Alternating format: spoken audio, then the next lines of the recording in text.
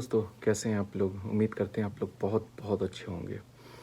दोस्तों, क्या virtual rally ज़रूरी थी बिहार में, उड़ीसा में, बंगाल में, जो बीजेपी ने किया है? आज हम इस चीज़ पे बात करेंगे। नीतीश कुमार और रामविलास पासवान की पार्टी, स्पेशली चिराग पासवान में क्या चल रहा है, आज हम इस पे बात करेंगे।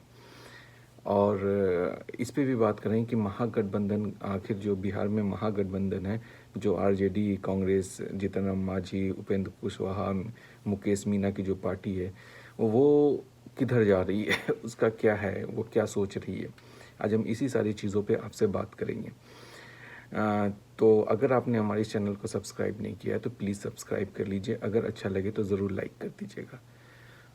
दोस्तों, जैसा आपको पता है कि बीजेपी ने वर्चुअल रैली की है, और जैसे विपक्ष का दावा है कि इसके लिए 150 करोड़ के आसपास पैसा खर्च किया गया है इस वर्चुअल रैली में, क्योंकि एलईडी हर जगह ले जा कर के लगाना। जैसे एक इमेज बहुत पॉपुलर हुआ, बहुत वायरल हुआ, जिसमें कुछ बच्चे बैठे हुए हैं और एक एलईडी बैम्बूस या बांस के ऊपर लगा रखा है।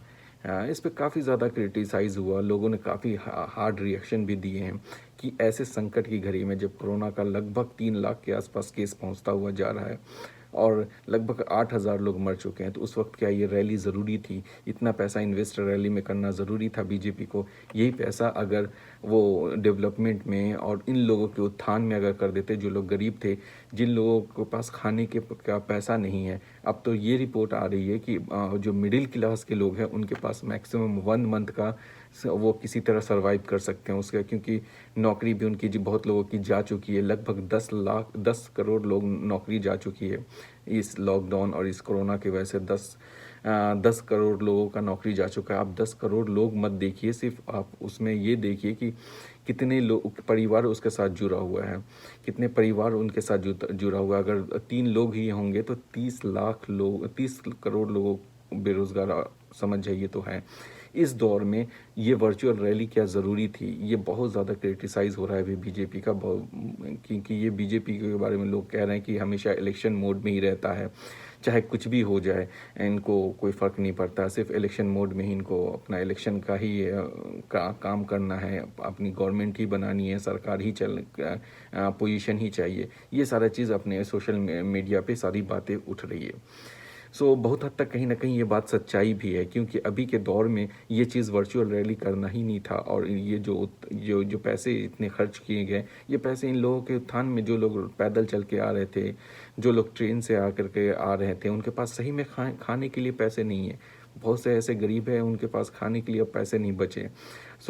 बहुत लोग अपने पास जो जो उनके पास जेवर है, वो लोग गिरवी रख करके या बेच कर करके खाने पीने का बंदोबस्त कर रहे हैं। तो बहुत प्रॉब्लम है अभी, और उस बीच में ये वर्चुअल रैली करना, ये बहुत ज़्यादा क्रिटिसाइज़ हो रहा है। लोग बहुत ज़्यादा क्रिटिसाइज़ कर रहे हैं बीजेपी को इसको लेकर, इस चीज़ को लेकर के, क्योंकि बीजेपी हमेशा इलेक्शन मोड में रहती है। ये देश के बारे में, देश के लोगों के बारे में ज़्यादा नहीं सोचती है। ये सोशल मीडिया पे बहुत ज़्यादा चल रहा है चर्चा इस चीज़ पे, लेकिन मेन स्ट्रीम मीडिया पे ये कहीं नहीं है, आपको कहीं नहीं दिखेगा, जो एज़ यूजुअल हमेशा होता है। सेकेंड, आइए हम अब बिहार के बारे में बात करें। तो चिराग पासवान और जनता दल यूनाइटेड में सब कुछ ठीक नहीं है। स्पेशली नीतीश कुमार से चिराग पासवान को थोड़ा सा प्रॉब्लम दिख रहा है। चिराग पासवान, एलजेपी जो पार्टी है रामविलास पासवान की, वो बीजेपी के तो साथ है, एनडीए के साथ है, लेकिन वो नीतीश कुमार के साथ खड़ा रहने में कतरा रही है विधानसभा के इलेक्शन में। उसके पीछे रीज़न ये है, क्योंकि चिराग पासवान को ये लगता है कि नीतीश कुमार ने जितने अच्छे से हैंडल करना चाहिए था कोरोना को केसेस को, उसने अच्छे से हैंडल नहीं किया। जो प्रवासी मजदूर का जो मुद्दा है, जो कि प्रवासी मजदूर बहुत ज़्यादा गुस्से हैं, जो बिहार के मजदूर थे बहुत ज़्यादा गुस्सा में है अभी नीतीश कुमार से या बीजेपी से। बहुत बहुत गुस्सा है, क्योंकि नीतीश कुमार ने जब ये कहा था कि हम किसी भी को बिहार में आने नहीं देंगे, कोई भी नहीं आए, जो जहाँ है वहीं रहें, इसको लेकर के बिहार प्रवासी मजदूर थोड़ा गुस्सा है नीतीश कुमार से। तो ये इन सब चीज़ों को लेकर चिराग पासवान कहीं ना कहीं नीतीश कुमार के साथ खड़ा नहीं रहना चाहते, क्योंकि उनको भी बिहार विधानसभा में वोट मांगना है, लोगों के पास जाना है। जब लोग सवाल करेंगे तो क्या जवाब देंगे, इस वजह से चिराग पासवान कहीं ना कहीं उनसे थोड़ी दूरियां बनाए हुए हैं।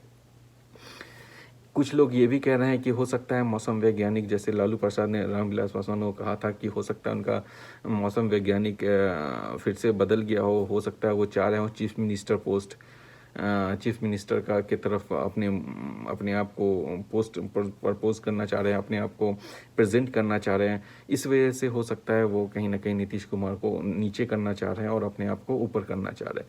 ये भी कुछ लोगों के दिमाग में चर्चा है और चर्चा चल रही है। आपको क्या लगता है, ज़रूर हमें कमेंट सेक्शन में बताइएगा। इसी बीच प्रशांत किशोर ने नीतीश कुमार से पूछ लिया कि जो बिहार गवर्नमेंट, जब बिहार सरकार ने जो मोदी जी जब एक 1.25 लाख करोड़ का जो पैकेज, 1.25 लाख करोड़ का पैकेज जो अनाउंस किया था, उसका क्या हुआ। तो अमित शाह ने उसका पूरा हिसाब दिया है। सो अमित शाह ने अपने वर्चुअल रैली में सारा डिटेल गिनाया कि ये यहाँ खर्च हुआ, वो वहाँ खर्च हुआ, वो वहाँ खर्च हुआ। तो प्रशांत किशोर जो नीतीश कुमार के कभी बहुत करीबी रहे हैं, समझिए तो उनके राइट हैंड रहे हैं, उन्होंने सवाल पूछ लिया कि अमित शाह ने तो ये बात बताई, अब आप बताइए कि यह सही है या गलत है, क्या इतना पैसा खर्च हुआ या नहीं हुआ। तो ये भी कहीं ना कहीं ये पॉलिटिक्स चल रहा है, अंदर अंदर बहुत ज़्यादा टेंशन में बातें चल रही है। बिहार में भी नीतीश कुमार को लेके बहुत सारे सवाल खड़े हो रहे हैं, लोग काफ़ी नाराज़ हैं उनसे। जो उनका ग्राफ उस लेवल का हुआ करता था जो 2005 से लेके 2015 तक, वो ग्राफ इस बार देखने को नहीं मिल रहा है। ग्राफ उनका गिरा है और बहुत बुरी तरह गिरा है। स्पेशली कोरोना को लेकर के तो और ज़्यादा प्रॉब्लम हो गई है नीतीश कुमार के साथ। सो नीतीश कुमार का ग्राफ पहले से ज़्यादा गिरा है, ये चीज़ तो क्लियर कट है। लेकिन अंकगणित कहीं ना कहीं अभी भी एनडीए के फेवर कर रहा है। जो अंकगणित अगर देखें तो 2019 का जो लोकसभा का इलेक्शन, उसमें 39 सीट से एनडीए ने जीता था। तो इस हिसाब से अभी भी अंकगणित के हिसाब से तो एनडीए मजबूत लग रही है। अब हम देखते हैं महागठबंधन का क्या है। महागठबंधन में कोई भी चीज़ अभी फिक्स नहीं है। देखिए तेजस्वी यादव कहीं ना कहीं भाव नहीं देना चाह रहे हैं जीतन राम मांझी को, स्पेशली जीतन राम मांझी को, जो क्योंकि जीतन राम मांझी हार्ड नेगोशिएट कर रहे हैं सीट शेयरिंग को लेकर के। वो चाह रहे हैं ज़्यादा से ज़्यादा उनको सीट मिले। सो इस वजह से जीतन राम मांझी को ज़्यादा भाव देना नहीं चाह रहे हैं।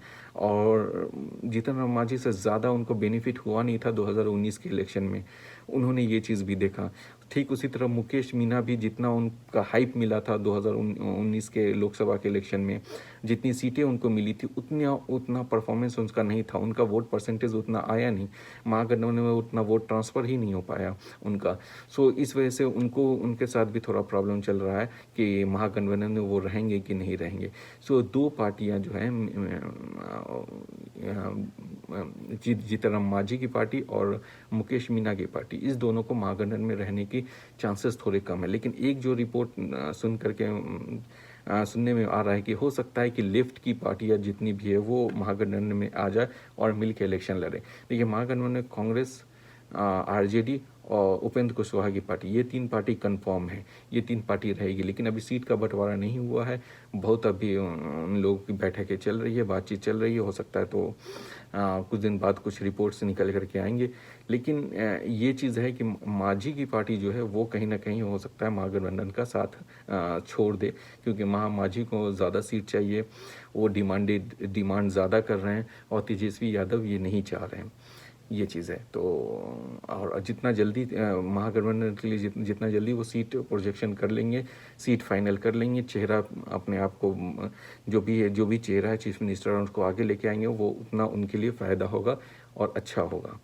ये था हमारा आज का छोटा सा एनालिसिस अभी जो बिहार के बारे में चल रहा है और बहुत ज़्यादा क्रिटिसाइज़ हो रहा है जो ये वर्चुअल रैली हुआ है। और आपको क्या लगता है, ज़रूर हमें कमेंट सेक्शन में बताइए, क्या ये वर्चुअल रैली ज़रूरी थी अभी इस आपदा में, इस मुसीबत में। लोगों के पास खाने का पैसा नहीं, लोग गिरवी रख रहे हैं, अपनी ज़मीन बेच रहे हैं, गहने बेच रहे हैं और खाने के लिए उपाय कर रहे हैं। अब तो ये रिपोर्ट आई है कि जिसमें मिडिल क्लास के लोग हैं उसके पास मैक्सिमम 1 मंथ का पैसा है खाना खाने के लिए, क्योंकि उनके पास अब जॉब, बहुतों का जॉब चला गया, बहुतों की नौकरी छूट गई। सो बहुत सारी फैक्ट्रियाँ बंद हो गई, तो लोगों के पास पैसे नहीं हैं। स्कूल में फ़ी देने के लोग, बच्चों के पास पैसे नहीं है। सो बहुत सारी चीज़ें चल के आ रही है। उस दौर में वर्चुअल रैली कर करके एलईडी स्क्रीन पे इतना ज़्यादा पैसा इन्वेस्ट करना बहुत क्रिटिसाइज़ हो रहा है सोशल नेटवर्किंग पे। आपको क्या लगता है, ज़रूर आप हमें कमेंट सेक्शन में बताइएगा। अगर हमारा इस चैनल को सब्सक्राइब नहीं किया तो प्लीज़ सब्सक्राइब कर लीजिए।